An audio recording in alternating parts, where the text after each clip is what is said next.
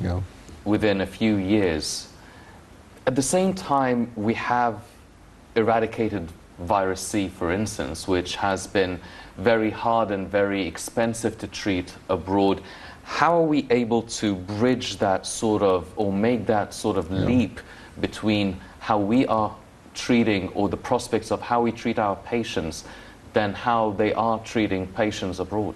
Okay, that's a good debate point, because actually we were talking about whether should we invest in prevention and early detection, or we should invest more in treatment and latest line treatments.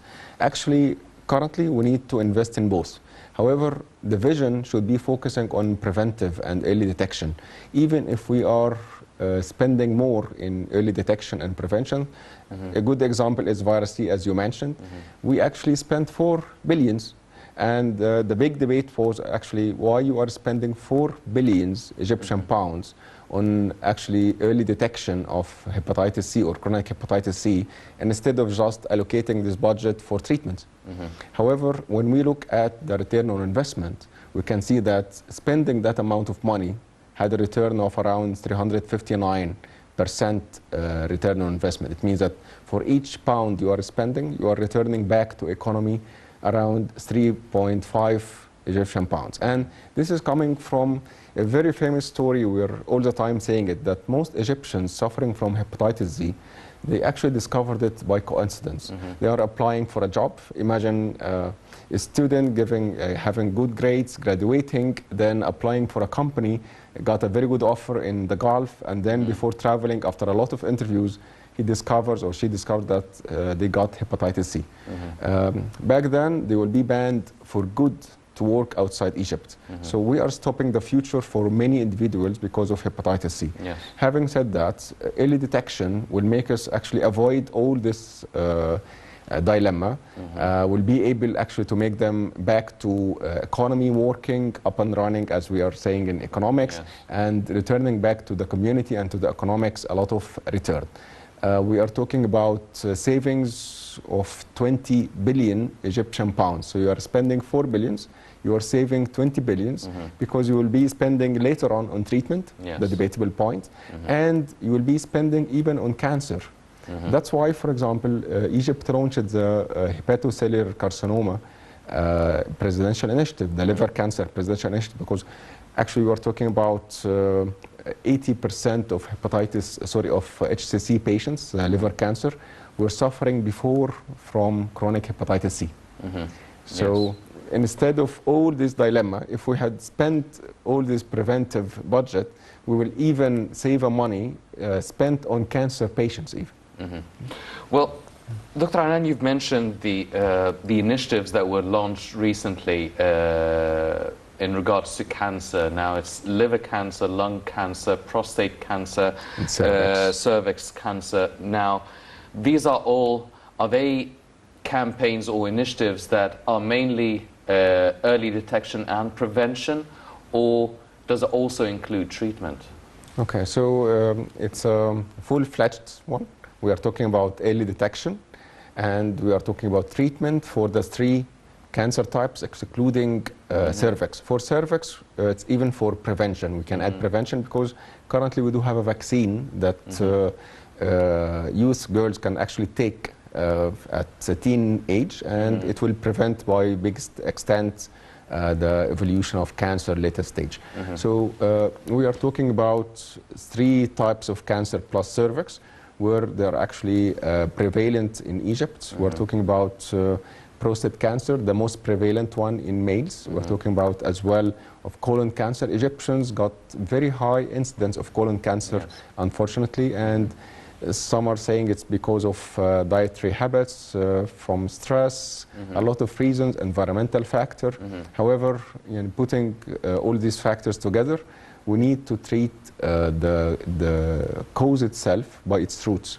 So we are talking about all the primary healthcare unit, and we were talking a lot about the primary healthcare unit initiative, that they can facilitate the referral of the early detection and detected cases to tertiary units. We are talking about 4 cancers, a big campaign launched last month, that it will be, inshallah, nationwide in a couple of months. We are talking about the first day of the presidential initiative, Alexandria, which is one center, received Yes. 50,000 applications. Ladies and gentlemen, let's go out to a short break and we'll be right back to continue our discussion with Dr. Anan. Don't go away. Welcome back, ladies and gentlemen, continuing our discussion with Dr. Anan.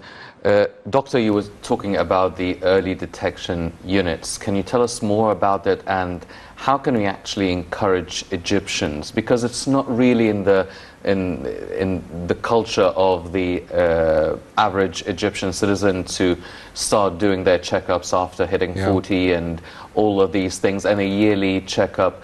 How can we actually encourage Egyptians and implant this sort of cultural thing to go to early detection units and have an annual checkup? How can we do that? It's a very good point, Mr. Hani, because actually all of us, for example, if we are talking dentistry, you never go to your dentist, or some people do, unless you are feeling pain. So we got acquainted that we don't make regular checkups. It's not in our blood. We just wait if there is symptoms, and then we go seek counsel for the symptom, and that's the driver factor. Yes. So if we would like to make people go to primary care units, we would like to encourage them with, first of all, media. That's what we're doing currently. And that we do have high prevalence of a lot of cancer types, specifically these 4 launched last week. And we would like just to rest assured that you are healthy, because the cost of not detecting the cancer earlier is actually late diagnosis. The late diagnosis is very costly, and which is most important item is not about cost, it's about life. Because when it is detected in stage 4, for example, we are talking about a high chance of fatality, and we don't want to reach this stage. Yes. And in these 4 cancer types, if it's early detected, it's easily curable. So that's a good encouraging point. Another one is you will go to the citizen will go to the primary healthcare unit, and they will do a lot of checkups, and it's totally for free, and they can actually repeat it every year. And they can do a simpler thing, just an eligibility survey. They can go to the website of the Ministry of Health. They can download the survey and just fill the survey. They will have a risk score. If they would like to go after that, we urge them to go. If they, for example, smokers, overweight or obese, suffering from cardiovascular diseases. So these are, for example, some risk factor that will drive citizens that please go, it's for free, it's to the nearest primary healthcare unit. If you don't want to download the link, the survey from the link, you can go directly to any primary healthcare unit from the Ministry of Health branches, and you can do the survey there, and you can see your eligibility score. You can even call the hotline. They will find on the website a hotline. They can discuss it with the operator and just discuss the eligibility score and the nearest screening branch. I hope we actually go more to the early detection presidential initiative. However, I can see a change in culture. And I'm measuring on the hepatitis C, for example, initiative.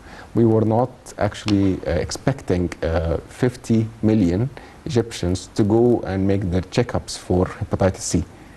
And measuring 10 years ago, when the first trial of making the screening, it was a couple of millions only of citizens went to do the screening.